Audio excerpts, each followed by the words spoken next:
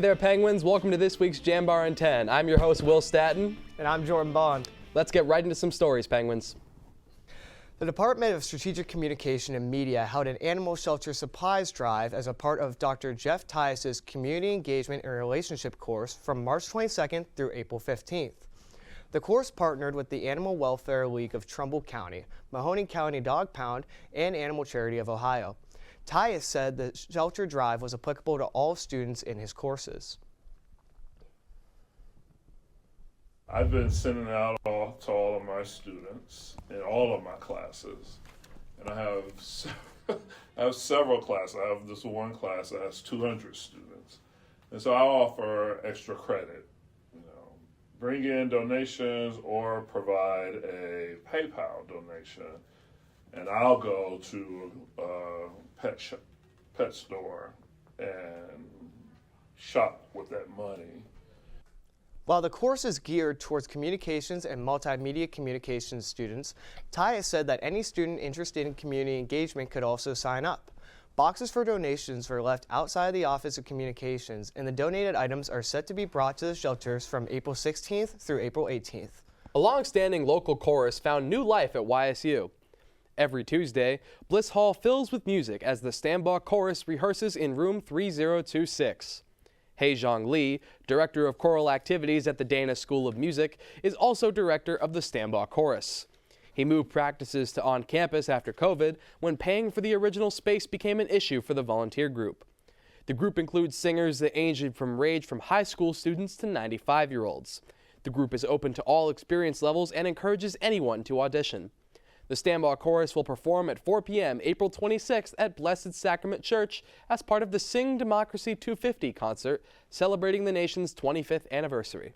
Formed in 2023 to further grow and nurture the visual and literary creative talents of Mahoning Valley's residents, Loop Youngstown Arts and Culture Center has found its first brick-and-mortar home. The announcement came at the beginning of April. The 805 Mahoning Avenue location was purchased to establish creative spaces for aspiring artists. In a statement, Carrie Leonard, Director of Communications and Operations at Loop Youngstown, stated that having their first physical building will help the organization further its mission.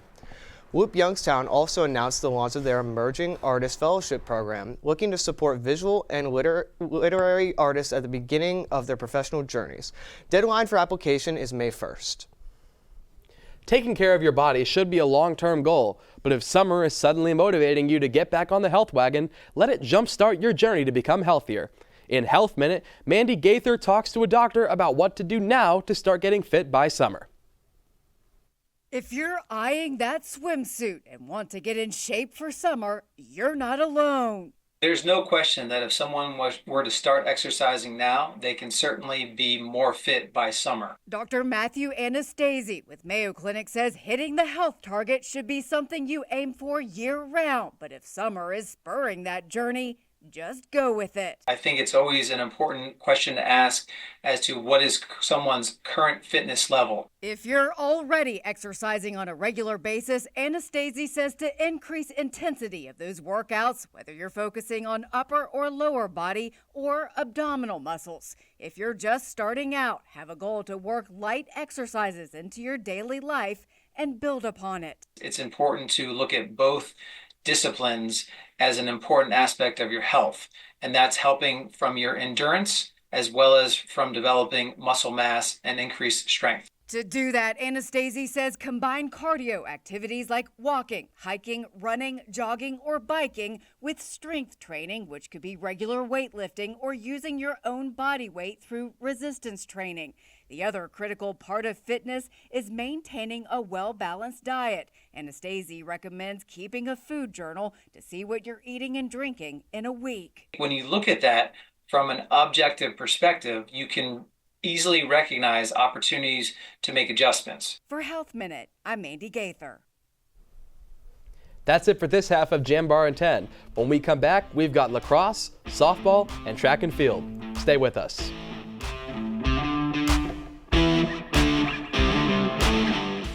All right, so who knows why? I know why. For starters, I'm getting a top-tier education without the price tag. Can you say that? Engineering, sports, music, business. I can do anything here. I'm getting my hands dirty, learning what my friends are only reading about. I'm part of something bigger here. I'm proud to bleed red and black.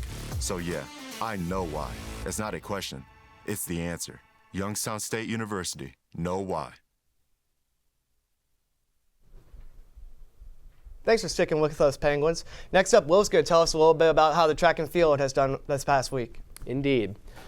The YSU track and field team turned in a strong weekend with personal bests and record-setting performances across 2 meets. At the Hurricane Alumni Invitational in Coral Gables, Florida, freshman Jack Roven won the men's pole vault as Lucas Long added a second-place finish. Brendan Hutchinson and Adam Berardinelli each posted career-best marks in the long jump, moving into the program's top 10 of all time. Hutchinson also won the 100-meter hurdles, showcasing a dominant showing on the track. On the women's side, Ainsley Hampshire took first place in the pole vault, and Leah Parnham claimed a runner-up in the 100-plus meter hurdles.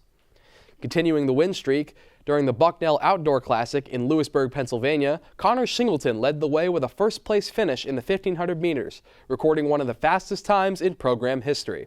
Youngstown State University returns to action this Thursday and through the weekend, competing in multiple meets including the John Papa Invitational and the Wake Forest Invitational.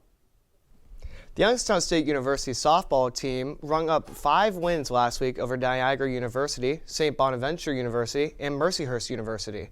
After dropping Game 1 to Niagara on April 7th, the Penguins fought back with 5 straight Mercy Rule wins. In the second game against the Purple Eagles, senior Kennedy Dean and junior Ty Turner both hit home runs in the 9-1 victory. The day after, the Penguins shut out the Bonnies 8-0, featuring a 3-run homer by Dean, which netted her 200th career RBI. The game after, St. Bonaventure fought hard early before the Penguins closed in the game with the series with straight 10 unanswered runs to win 13-5. YSU then faced Mercyhurst, where junior Sayla Moyer hit 5 RBIs and senior Grace Pilachinski hit her first career home run to close out the first game 11-1. The final game was then kicked off by a grand slam from Dean with runs added by Turner and senior Gabby Evans for a 5th Mercy Rule victory 9-1. Kennedy Dean remains the top hitter on the team with a .378 average, 52 RBIs, and 9 home runs. YSU will face the University of Wisconsin Green Bay this weekend. And for more information, go ahead and visit ysusports.com. The Youngstown State University lacrosse team dropped to 2-3 in Mid-American Conference play with a loss to Central Michigan University on April 11th. CMU scored a last-minute goal to take a 7-6 advantage to secure its first road conference win. Junior Mia Uris recorded her first hat trick this season as she led the Penguins' scoring efforts. It was a 1-goal game at the end of the first quarter, but 2 quick goals to start the second period of play had the Penguins trailing 3-0. Senior Allie Garrett and Uris scored back-to-back goals to put the Penguins within 1, but Central Michigan responded with 2 more goals to close out the first half. Down 5-2 at halftime, the Penguins scored the next 3 goals to even the scoreline. Uris completed her hat trick to make it 6-6 with under 10 minutes remaining, but the Chippewas scored the game-winning goal and the final whistle followed shortly after. The Penguins travel to in-state opponent University of Akron in its final season road contest. The first draw with the Zips is this Saturday at 3 p.m. Well, looks like we definitely had a great week at YSU. Hopefully, we can go ahead and do this again next week when we do our next Jambar in 10, which we'll be once again doing. Is there anything else you'd like to add before we close out? I don't think so. I think we're ready to go. All right. Well, in the words of Jim Carrey, we'll see you soon, Penguins. Good afternoon, good evening, and good night.